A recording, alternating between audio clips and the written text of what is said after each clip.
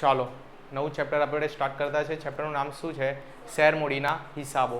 બોર્ડની એક્ઝામમાં કેટલા માર્કમાં આવવાનું છે? 8 માર્કનો એક દાખલો. એક નહીં, બે દાખલા આવશે, એટલે ટોટલ 8 માર્કના 5 દાખલા આવે. એમાંથી કેટલા લખવાના હોય? 3. 8 માર્કના 2 દાખલા કયા ચેપ્ટરમાંથી? પ્રવેશમાંથી. નિવૃત્તિનો દાખલો એક આવશે, એટલે પ્રવેશના 2, એક નિવૃત્તિનો. કેટલા થઈ ગયા? 3. અને શેર મૂડીના કેટલા? 2. એટલે ટોટલ દાખલા 8 માર્કના ટોટલ દાખલા કેટલા છે? 5. એમાંથી એક્ઝામમાં આપણે કેટલા લખવાના છે? 3. તો મેં કહ્યું તમે ખાલી પ્રવેશ કરી નાખો અને શેર મૂડી કરી નાખો, એટલે તમારું કેટલા માર્કનું થઈ જશે? આ આખો સેક્શન થઈ ગયો. નિવૃત્તિને નીબી ટચ કરો તો, અને ઓવરઓલ જોવા જઈએ તો ઇઝી ચેપ્ટર છે. ખાલી એકવાર મેઇન વસ્તુ તમે એનો કોર જો એકવાર સમજી લીધો તો પછી કોઈ બી દાખલો આવે, કોઈ બી રકમ આવે, ખાલી ફંડામેન્ટલ તમારા કેવો હોવો જોઈએ? એકદમ સ્ટ્રોંગ. તો એના પરથી આગળનો દાખલો કોઈ બી રકમ આવે, ગમે તેવી રીતે બનાવીને આપે, તમે 100% એને સોલ્વ કરી શકશો, એની મારી ગેરંટી. પણ જેટલા બી મેં નવા ટોપિક ભણાવવા ને એના ખાલી ફંડામેન્ટલને એકદમ પાયો મજબૂત હોય, બિલ્ડિંગ ઉપર આરામથી બની જશે. બરાબર. આજે આપણે શું જોવાનું છે? શેર મૂડીના હિસાબો. શેર વિશે તમને શું ખબર છે? મને યાદ છે ત્યાર સુધી તમે 11મા ધોરણમાં મેં બધું કહી દીધેલું શેર વિશે, અને 12મા ધોરણના પહેલા સત્રમાં આગળના ચેપ્ટરમાં બી મેં બધું કીધું છે. શેર શું હોય? કંપનીને પૈસા જોઈએ તો કંપનીને 2-5 રૂપિયાનું જ જરૂર હોય કે લાખો કરોડ, ચાલો 10-15 લાખ રૂપિયા બી જોઈતા હોય ને તો માણસ આજુબાજુથી સેટિંગ કરી લે, સગાવાળા પાસેથી લઈ લે, કોઈની પાસેથી લોન લઈ લે, બેંક બી લોન આપી દે. પણ જ્યારે માની લો કરોડો રૂપિયા જોઈતા છે, હજારો કરોડો રૂપિયા જોઈતા હોય, 5,000 કરોડ, 10,000 કરોડ, આટલી મોટી રકમ જોઈએ, કોઈ બેંક ઇઝીલી આપી દે આટલી રકમ? બેંક બી આપે પણ કેટલાક આપશે? એટલા બધા થોડી આપે. હવે કંપનીનું સપનું છે, માની લો કે મારે છે ને દુનિયાનો સૌથી મોટો અહીંયા કંઈ બનાવવાનું છે, એક મોટો પાવર પ્લાન્ટ નાખવાનો છે, દુનિયામાં કશે નહીં એટલો મોટો પાવર પ્લાન્ટ, અને કંપની નવી છે, તો બેંકોને ભરોસો એ કંપની પર? કંપની પૈસા તો આપી દઈએ, પણ તમે લોકો પાવર પ્લાન્ટ નાખ્યો ને ફેલ ગયા તો બેંકને પાછા પૈસા કેવી રીતે આપવાના? અને કંપની પાસે કંઈ ગીરવી મૂકવા માટે હોય આટલું બધું? તો હવે આવા કેસમાં કંપની શું કરે ખબર? જાહેર જનતાને આમંત્રણ આપે કે જો એક કામ કરો, મારી પાસે મારો આ આઈડિયા છે, મને આ વસ્તુ માટે પૈસા જોઈતા છે, મને એવું લાગે કે મેં આ કંપનીને બહુ મોટી કરી શકું. તો કંપની કોની પાસે જાય? જાહેર જનતા પાસે. અને એ લોકોને શું અપીલ કરે? માઇક ચાલુ છે કે નહીં એકવાર ચેક કરી લો. ચાલુ છે. તો કંપની કોની પાસે જાય? જાહેર જનતા પાસે. ને જાહેર જનતાને શું અપીલ કરે? તમે લોકો છે ને મળીને થોડા કન્ટ્રીબ્યુટ કરો. એક માની લો એક શેરની છે ને એક સ્પેશિયલ અમાઉન્ટ નક્કી કરે, 10 રૂપિયાનો રાખીએ, 100 રૂપિયાનો રાખીએ, 50 રૂપિયાનો રાખીએ. કંપની જેટલાનો ચાહે એટલાનું લિસ્ટિંગ કરાવી શકે. અને પછી કંપની શું કરશે? મને છે ને 10 રૂપિયાનો એક શેર છે, તમે જો મને 100 રૂપિયા આપો ને તો બદલામાં મેં તમને કેટલા યુનિટ આપી દેવા? 10 યુનિટ. 10 રૂપિયાનો એક યુનિટ છે ને, તો એવી રીતે લોકોને શું કે તમે આવો ને મારા શેર ખરીદો, તો લોકો કહેશે અમને શું ફાયદો થશે ભાઈ તારો શેર ખરીદવાથી? તો મેં તમારી પાસેથી, તારી એકલી પાસે, માની લો તું એ મારો શેર ખરીદો, તારા એકલા પાસેથી મેં પૈસા નથી લેવાનો શેરના, મેં લાખો કરોડો લોકો પાસે જઈને શું કરા? એ લોકો પાસેથી પૈસા લેવા, અને લાખો કરોડો લોકોને શું આપવાનો છું? શેર. અને પછી એ લાખો કરોડો લોકોના અબજો રૂપિયા લઈ લેવા મેં, માની લો, અને એ પૈસા ક્યાં નાખી દેવા? જે મારું કંપનીનું જે મારું કામ છે, પાવર પ્લાન્ટને માની લો જે કંઈ બી, એનામાં નાખવા. અને એ પાવર પ્લાન્ટ જો માની લો સફળ થઈ ગયો, સક્સેસફુલ થઈ ગયો, તો એ પાવર પ્લાન્ટ કેટલા રૂપિયા કમાઈને આપશે? કરોડો રૂપિયા કમાઈને આપશે. તો એ જે પૈસા નાખેલા એ ડબલ ટીબલ થઈ જશે, કોઈક વાર 100 ગણા બી થઈ જાય પૈસા. તો એ જે પૈસા વધશે ને, તો એ પૈસા પાછા કોના વધેલા ગણાશે? મારા પૈસા વધેલા ગણાશે કે લોકોના જ? લોકોના જ. એમાંથી મેં મારો અમાઉન્ટ જેટલો, મારા બી પાસે બી અમુક શેર રાખા મેં, એ હિસાબથી, મતલબ ખ્યાલ આવે છે તમને? તો તમારે છે ને શેર મૂડીના હિસાબ ભણવાના છે આનામાં. પણ આપણે શેર મૂડીના હિસાબ ભણીએ છીએ તો આપણે કોના નજરિયાથી જોવાનું? આપણે કંપનીના નજરિયાથી વિચારવાનું છે કે આપણે શેર હોલ્ડરના નજરિયાથી? હવે શેર હોલ્ડર શબ્દ પહેલી વાર સાંભળ્યો છે. શેર હોલ્ડર એટલે કોણ? તો ભાઈ કંપની હોય, કંપની શેર વેચે જાહેર જનતાને, તો જે જાહેર જનતામાં જે માણસ કંપની પાસેથી શેર ખરીદે અને એને ધારણ કરે, પોતા પાસે રાખી મૂકે, એ માણસ કોણ કહેવાય? શેરને ધારણ કરનાર, રાખી મૂકનાર, એટલે કે શેર ખરીદનાર. એને શું કહેવાય ઇંગ્લિશમાં? Share holder. ખ્યાલ આવે છે? તો શેર હોલ્ડર કોણ હોય? જે લોકો શેર ખરીદે તે. ખ્યાલ આવ્યો? તો આપણે શેર હોલ્ડરના નજરિયાથી જોવાનું છે કે કંપનીના નજરિયાથી જોવાનું છે આ ચેપ્ટરમાં? ના, અહીંયા જ મોટી મિસ્ટેક થાય. આપણને કોણ બોલાવતું છે ખબર? હવે કંપની છે ને આટલા બધા લાખો લોકોના પાસે શેર વેચીને લાખો લોકો પાસેથી પૈસા લીધા છે, તો આવી બધી કંપનીઓ પર છે ને સેબીનું ને કંપની રજિસ્ટ્રારનું ને એ બધાની નજર હોય કે બધું બરાબર કરતો છે કે નહીં. તો એ કંપનીવાળા શું કરે ખબર? અકાઉન્ટન્ટને બોલાવે અને એ લોકોને કહે કે તું અહીંયા આવ અને પછી જો તું અમારું બધું અકાઉન્ટિંગ કર, બરાબર, અને પછી અમને ગણીને આપ કે અમારે કેટલા રૂપિયા કેવી રીતે શેર બહાર પાડ્યા, કેવી રીતે રૂપિયા આવ્યા, બધું તું અકાઉન્ટિંગ કર. તો આપણે કોણ છે હમણાં ધોરણ 12માં તમે ભણતા છો, કોમર્સ કરતા છો, અકાઉન્ટ સબ્જેક્ટ ભણતા છો, તો તમે હમણાં કોણ છો? અકાઉન્ટન્ટ. અને આ જે રકમ આવશે ને કંપનીની, તો કંપની તમારી પાસે આવશે અને કંપની તમને કહેશે કે ભાઈ તું અમને હિસાબ કરીને આપ. તો આપણે કોને હિસાબ કરી આપવાના છે? કંપનીને. અને માની લો તમને લાગતું હશે શેર હોલ્ડર્સ, શેર એકદમ ઇઝી છે, બહુ ખોટું એમ બહુ માથા પર ચડાવવાની જરૂર નથી આ ચેપ્ટરને. બહુ ઇઝી ચેપ્ટર છે, એક સેમ કોન્સેપ્ટ છે, એને ગોખી નાખવાનો. એકવાર આવડી ગયું એટલે બધા દાખલા એના જેવા જ છે, તો બસ એને એ કરવાનું છે, બરાબર.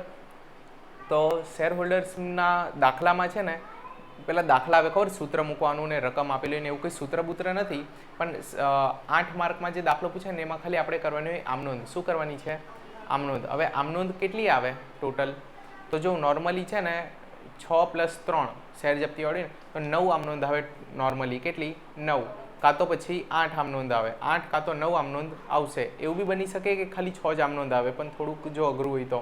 પણ મતલબમાં 6, 8, 9 એ કેવી રીતે કઈ આમનોંધ આવશે એ બધું મેં તમને જેમ જેમ આગળ વધશો તેમ બધું ક્લિયર થઈ જશે, બરાબર. હમણાં ખાલી મેં જેટલું બેઝિક કરો એના પર ધ્યાન આપજો.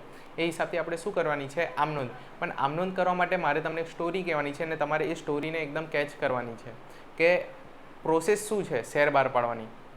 કંપનીએ બસ આજે માની લો કંપનીનો કોઈ પ્રમોટર છે, પ્રમોટરને રાતના સપનામાં આવ્યું કે સવારે શેર બહાર પાડી દીધા, સવારે ઉઠીને શેર બહાર પાડી દીધા, બરાબર. એવી રીતે એટલું ઇઝી નહીં હોય કે મેં એમ જ પાડી દીધા. તો એની માટે પ્રોપર પ્રોસેસ હોય, પણ પ્રોપર પ્રોસેસમાં હવે મેં એટલું બધું કરતો નહીં. થિયરી આપણે લાસ્ટમાં કરું, બરાબર. થિયરીનો હમણાં કામ નથી, મોટી મેં આઈડિયા આપી દેવા ભણાવતા, પણ થિયરી પેલી જે છે ને એ હમણાં કરવાની જરૂર નથી. કારણ કે MCQ ખાલી કેટલા માર્કના આવવાના છે મેં ઓલરેડી લખેલું છે. 8 માર્કનો મેઇન દાખલો છે. થિયરી ખાલી કેટલા માર્કની છે? 2. એ મેં પછી કરાવી દેવા લાસ્ટમાં થિયરીને એવું. અને આપણે હમણાં શું જોતા છે કે આપણે શેર બહાર પાડીએ એની પ્રોસેસ સમજવાની છે આપણે.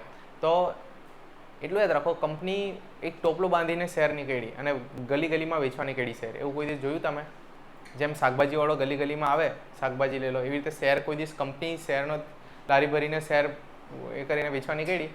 તો કેવી રીતે થાય? તો પહેલાં તો છે ને સ્પેશિયલ શેરનું એક માર્કેટ આવતું. જેવી રીતે હમણાં કેવી રીતે માર્કેટ આવે, તો હમણાં કેવી રીતે શાકભાજીનું માર્કેટ આવે, તેવી રીતે પહેલાં કેવું હતું? Share market.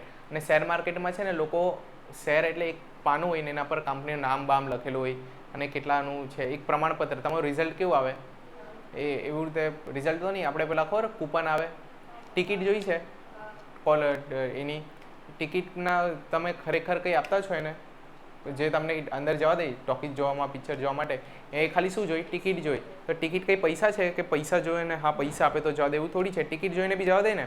તો ટિકિટ એક માન્ય એ છે વચ્ચેનું, શું કહેવાય ને, જરિયો છે મતલબમાં. એ રીતે શેર છે ને લોકો શું કરતા શેર માર્કેટમાં શેરની એકચ્યુઅલમાં ઓન પેપર ખરીદ વેચાણ કરતા કે આ તારા પૈસા બદલામાં આ લાવ મારા શેર. અને શેર પર પેલાનું નામ બી લખેલું રહેતું જેને શેર વેચતા છે, અને આખું એક સર્ટિફિકેટ આવતું. પણ હવેના ટાઈમ પર છે ને બધું ઓનલાઈન થાય, ડીમેટ અકાઉન્ટ ખુલી જાય ને એવી રીતે, બરાબર.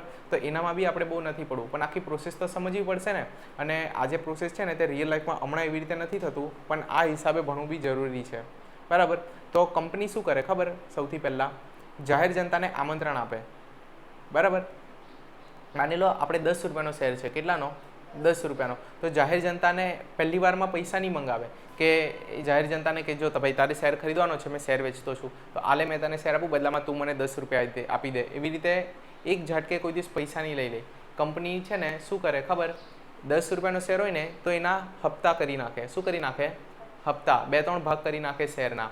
તમે ફોન લેવા જાઓ તો યાદ છે, તમે ફોન લેવો હોય 15,000નો ફોન છે માની લો, તો 15,000નો મેં ફોન લીધો, તો એક હમણાં 15,000 આપ્યા ને ફોન લઈ લીધો, એવું બની શકે? હા, ચાલે. પણ કોઈ દિવસ હપ્તાથી ફોન સાંભળેલો છે તમે? EMI પર ફોન લઈ. તો મેં ફોન તો લઈ આવ્યો અને પછી આવતા મહિનેથી દુકાનવાળાને દર મહિને મેં કેટલા રૂપિયા આપા? 1,000 રૂપિયા 15 મહિના સુધી. 15,000નો ફોન છે, દર મહિને 15 મહિના સુધી મેં 1,000 રૂપિયા આપી દેવા.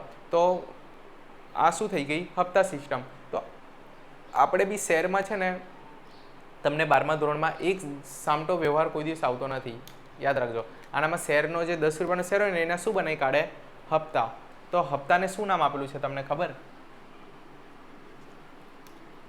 માની લો 10 રૂપિયાનો શેર છે. કેટલાનો? તો પહેલો હપ્તો આવે અરજીનો. શેનો? અરજીનો, પછી આવે મંજૂરીનો, શેનો? અને પછી આવે પ્રથમ કાં તો પછી આખરી હપ્તો. કયો? આખરી હપ્તો જ રાખો, હમણાં 3 જ હપ્તા બનાવીએ.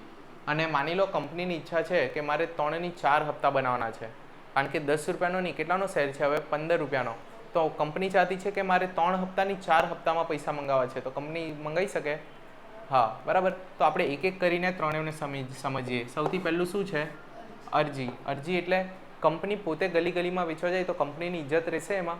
તો કંપની શું કરશે ખબર? લોકોને આમંત્રણ લોકોને કહેશે.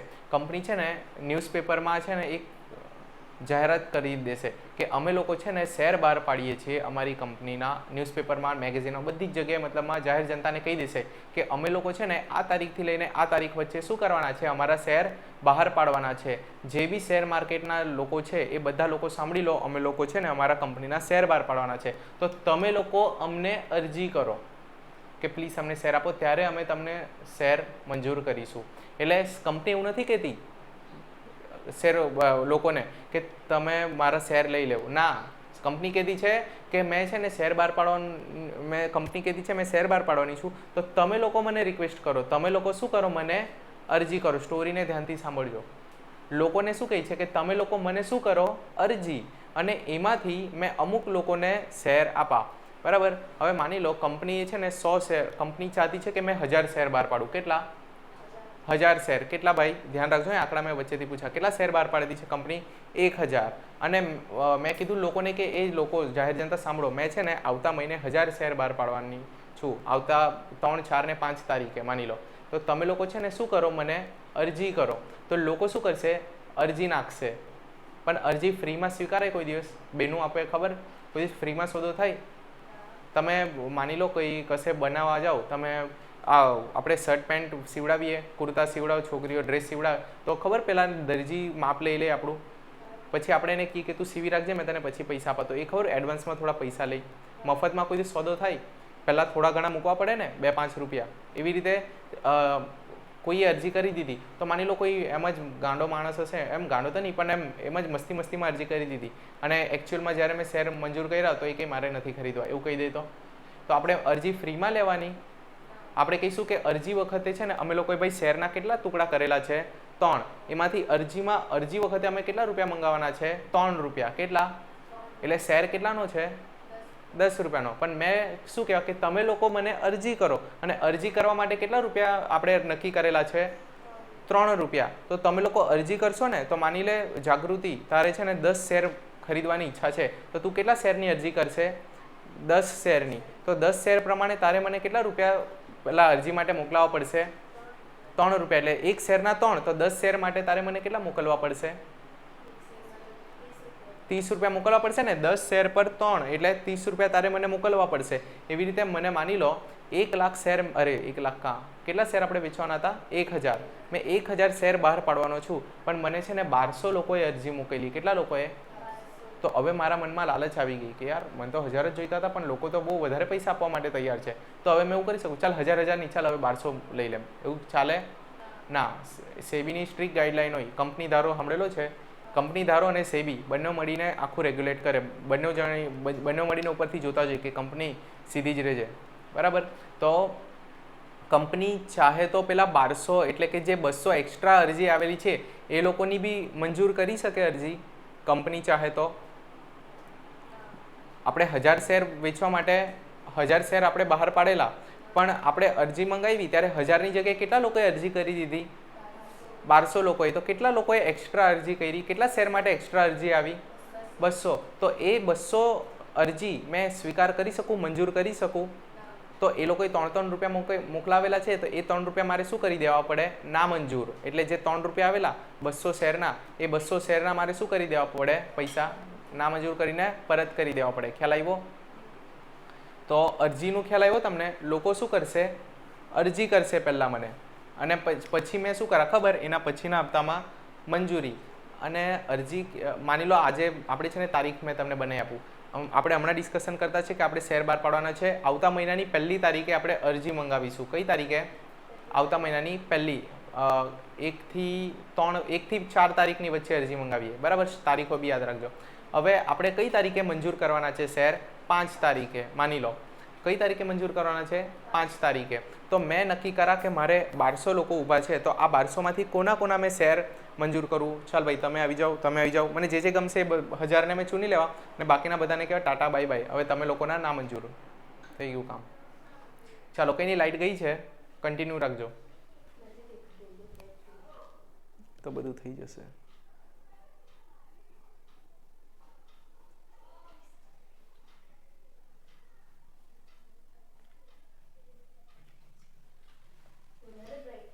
કઈ વાંધો નહીં, જો દેખાય છે વધારે બ્રાઇટ છે જાતો ત્યાં ઊભી રહે.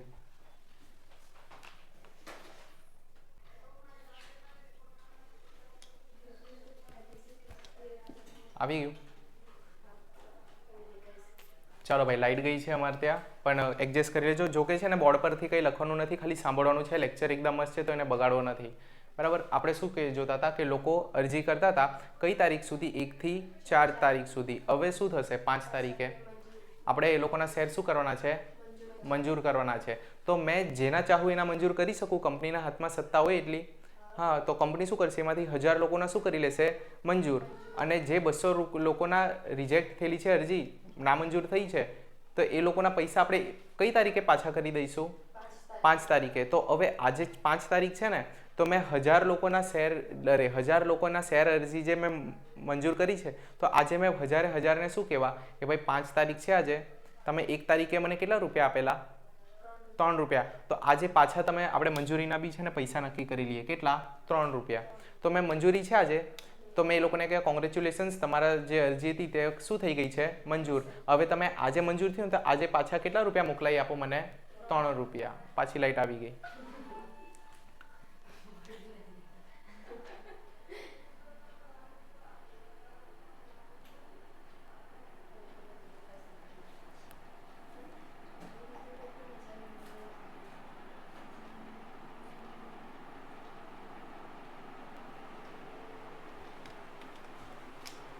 ચાલો ભાઈ લાઈટ આવી ગઈ, એડજસ્ટ કરજો.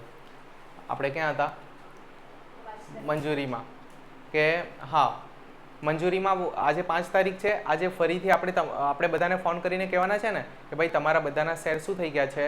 મંજૂર થઈ ગયા છે. તો આજે પાછા કેટલા રૂપિયા મોકલાવી આપો તમે લોકો? 3 રૂપિયા. તો આજે પાછા 3 રૂપિયા મંગાવી લીધા, બરાબર.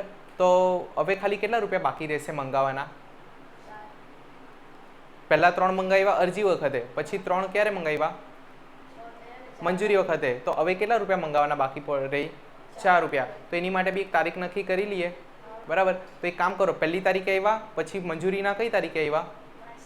અરજીના 1લી તારીખે મંજૂરી. તો ચાલો એક કામ કરીએ, 1/5. તો હવે કઈ તારીખે મંગાવી લઈએ? 10. એવો કંઈ નિયમ નથી, પણ ખાલી આપણે એક તારીખ નક્કી કરી દઈએ કે 10 તારીખે તમે લોકો શું કરજો?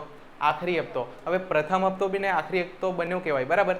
પહેલી અરજી હોય, બીજી શું હોય? મંજૂરી. અને એના પછીનો પ્રથમ હોય, અને એના પછી દ્વિતીય, તૃતીય, અને જે છેલ્લો હોય તેને શું કહેવાનો? આખરી. પણ આટલો કોઈ દિવસ કોઈ હપ્તો રાખતો નથી. મેક્સિમમ કેટલા હપ્તા તમારા દાખલામાં? મેક્સિમમ કેટલા હપ્તા આવશે?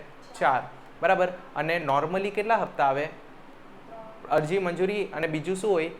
આખરી હપ્તો. એટલે બહુ જોવા જઈએ તો 4નો આવશે કાં તો 3નો આવશે. તો જ્યારે 3 જ હપ્તા હોય ત્યારે આને પ્રથમ બી કહી શકાય કે પહેલો હપ્તો, અને એ જ પહેલો જ શું હોય? છેલ્લો. ખ્યાલ આવે છે તમને લોકોને? ઓકે. તો આ મેં જે વાત કરી ને તે આની જ આપણે આમનોંધ કરવાની છે, અરજીની, મંજૂરીની અને આખરી હપ્તાની. તો આની કેટલી આમનોંધ થાય ખબર?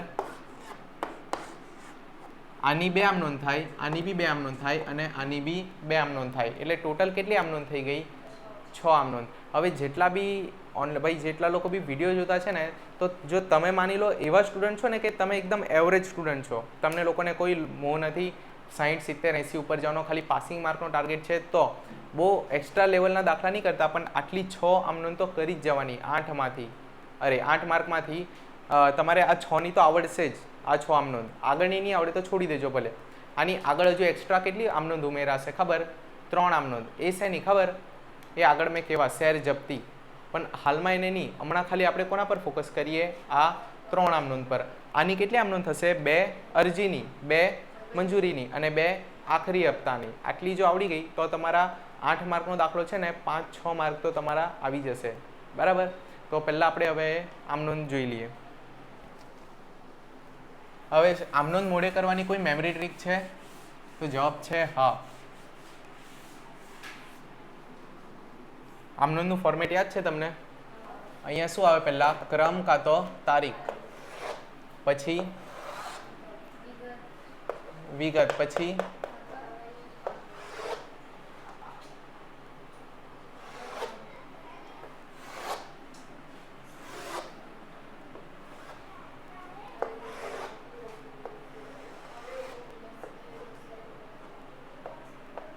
અહીંયા ખાપાતું ને, અને અહીંયા ઉધાર રૂપિયા, જમા રૂપિયા.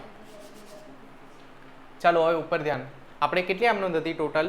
6 યાદ રાખવાની છે. 6 એ 6 ને આપણે પહેલાં સમજી લઈએ. પહેલી હમણાં છે ને ખાલી જોવાનું છે, લખવાનું નથી, અને પછી એને કેવી રીતે મોડે કરવાની છે એ કામ મારું છે. એ મેં તમને આરામથી મોડે કરાવી દેવા. સૌથી પહેલાં આપણે કોની આમ નોંધ કરવાની છે? 2 અરજીની. અરજી વખતે શું થતું હતું? લોકો પૈસા મોકલતા હતા, બરાબર? તો મને કેવું, આપણે કોના નજરિયાથી જોવાનું છે? કંપનીના. તો કંપનીના નજરિયાથી જો કે આપણે છે કંપની, આપણે 1 તારીખ પર ઊભા છે અને લોકો છે ને 1000 શેર પર શું મોકલતા છે? ધડાધડ પૈસા આવતા છે ચારે બાજુથી. મજા આવતી છે, બરાબર? કેટલા રૂપિયા આવવાના છે? 3 રૂપિયા પ્રમાણે. ખ્યાલ આવે છે? તો લોકો અરજીના પૈસા મોકલશે તો જરૂરી છે કે ખાલી મારા ગામના જ લોકો શેર ખરીદશે?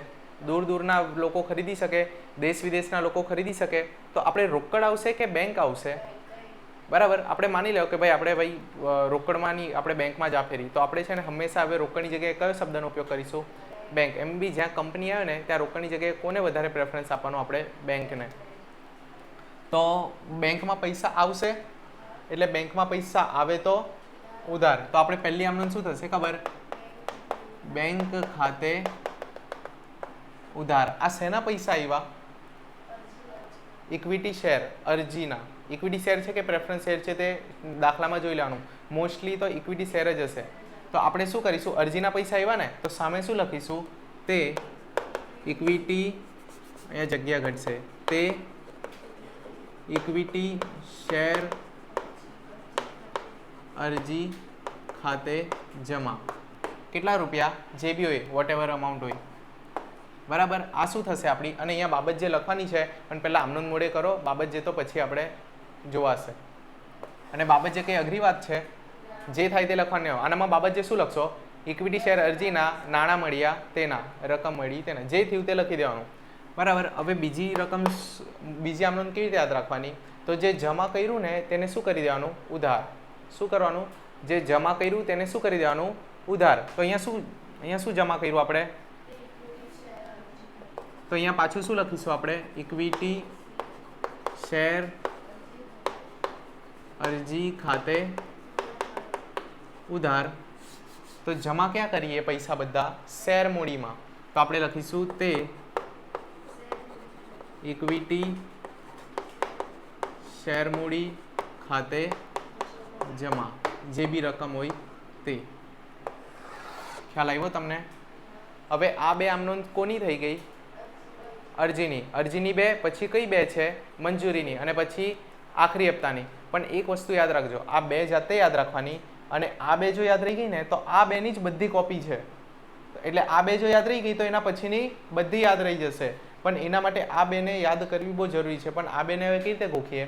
તો એટલું યાદ કરવાનું, અરજીના પૈસા આવે પહેલાં, તો બેંક ખાતે ઉધાર, તે ઇક્વિટી શેર અરજી ખાતે જમા. રિપીટ કરજો મારી સાથે. પહેલાં શું થયું? પૈસા આવ્યા, તો બેંક ખાતે ઉધાર. શેના પૈસા આવ્યા? તો તે જમા કરો, તે ઇક્વિટી શેર અરજી ખાતે જમા. અને જે જમા કર્યું બીજી આમનોંધમાં એને શું કરી દેવાનું? ઉધાર. તો ઇક્વિટી શેર અરજી ખાતે ઉધાર, તે ઇક્વિટી શેર મૂડી ખાતે જમા, બરાબર?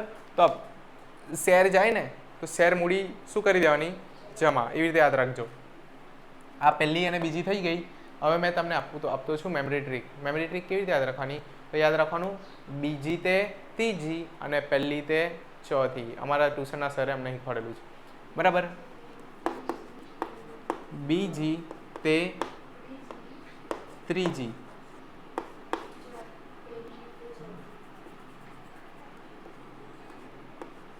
બીજી તે ત્રીજી અને પહેલી તે ચોથી. હવે આનો મતલબ શું છે? તો ભાઈ મતલબ કંઈ નથી, સેમ જ છે, પણ યાદ એકદમ મસ્ત આનાથી રહી જાય. ખાલી નામ બદલવાનું આવશે. પહેલું શું છે? બીજી તે ત્રીજી. એટલે બીજી આમનોંધ જે છે ને એની બેઠી કોપી કઈ છે? ત્રીજી આમનોંધ. અને પહેલી આમનોંધ છે એની બેઠી કોપી કોણ છે? ચોથી આમનોંધ. પણ બેઠી કોપી એટલે કંઈક બદલાશે કે બધું જ બેઠું? તો એક તો રકમ બદલાશે અને બીજું શબ્દ બદલાશે. તો બીજી તે ત્રીજી ને, તો બીજી આમનોંધમાં શું છે? ઇક્વિટી શેર અરજી ખાતે ઉધાર. તો ભાઈ અરજીની આમનોંધમાં અરજી, તો આપણે હમણાં કોની આમનોંધ કરીશું? મંજૂરીની. તો અરજીની જગ્યાએ ખાલી કયો શબ્દ લાગી જશે? મંજૂરી. અને ઇક્વિટી શેર મૂડી છે તો શેર મૂડીનું તો શેર મૂડી જ રહેશે. તો અહીંયા ત્રીજી આમનોંધ શું થશે? ઇક્વિટી શેર મંજૂરી ખાતે ઉધાર તે ઇક્વિટી શેર મૂડી ખાતે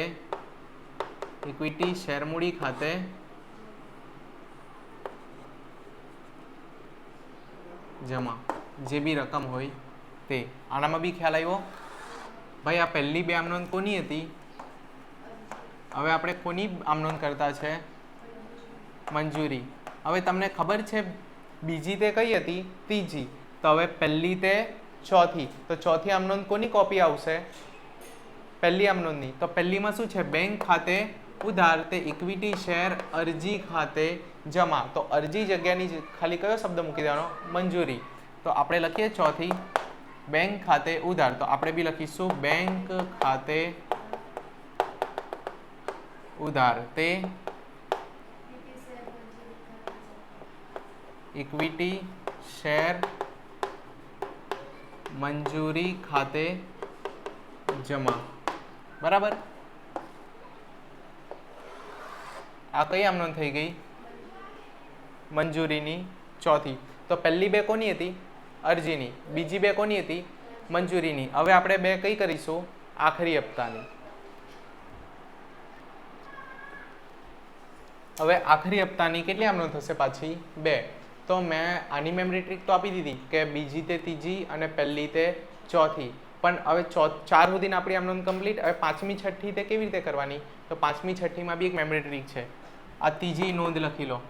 બીજી તે ત્રીજી, પહેલી તે ચોથી. હવે યાદ રાખજો, ત્રીજી ચોથી તે પાંચમી છઠ્ઠી. શું યાદ રાખશો? ત્રીજી ચોથી બરાબર પાંચમી છઠ્ઠી. યાદ રહેશે તમને? એટલે ખ્યાલ આવ્યો ને? આ બે સેમ અને આ બે સેમ. પછી આ બે જે મંજૂરી હતું ને તે બેઠું ઉચકીને શેનામાં છાપી દેવાનું? આખરી હપ્તામાં. તો મને કેવું, જે પાંચમી છે તે કોની કોપી આવશે? ત્રીજીની કે ચોથીની?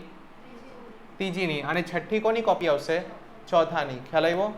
તો પાંચમાની ત્રીજાની આવશે. એટલે ત્રીજી ચોથી પાંચમી છઠ્ઠી. તો ઇક્વિટી શેર મંજૂરી ખાતે ઉધાર. તો મંજૂરીની જગ્યાએ હવે કયો શબ્દ લખીશું? આખરી હપ્તો. તો મેં અહીંયા લખું છું ઇક્વિટી શેર આખરી હપ્તા ખાતે ઉધાર તે ઇક્વિટી શેર મૂડી ખાતે જમા. જે બી રકમ હોય તે. બરાબર. ચાલો, અને પછી છઠ્ઠી. હવે છઠ્ઠી કોની કોપી આવશે? ચોથાની. કારણ કે ત્રીજી ચોથી એ જ પાંચમી છઠ્ઠી. તો અહીંયા શું છે? બેંક ખાતે ઉધાર તે ઇક્વિટી શેર મંજૂરી ખાતે જમા. તો મંજૂરીની જગ્યાએ ખાલી કયો શબ્દ બદલાશે? આખરી હપ્તો. તો મેં અહીંયા લખા બેંક ખાતે ઉધાર તે ઇક્વિટી શેર આખરી હપ્તા ખાતે જમા. આ બે કોની થઈ ગઈ આમનોંધ? એક અરજી મંજૂરી અને આખરી હપ્તો. ખ્યાલ આવ્યો? અરે પ્રથમ લખો તો બી ચાલે, આખરી લખો તો બી ચાલે, કંઈ વાંધો નથી. બરાબર. અને એક વસ્તુ હજુ મારે કહેવાની છે. આનામાં તો ખાલી કેટલી આ 10 રૂપિયાના શેરના ખાલી કેટલા ટુકડા કરેલા આપણે? 3 ટુકડા. તો 3 દુ કેટલી આમનોંધ થઈ ગઈ? 6.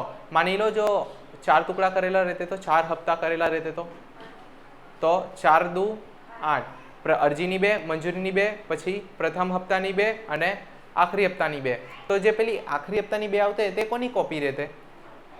તો જો જેવી રીતે ત્રીજી ચોથી એની કોપી કોણ આવી? પાંચમી છઠ્ઠી. તો સેમ એની કોપી કોણ થશે? સાતમી અને આઠમી. ખ્યાલ આવી ગયો તમને? ઓકે, હવે આને છે ને એક કામ કરો, ઉતારી લો ફટાફટ તમારી નોટમાં, નમૂનો કરીને ઉતારજો.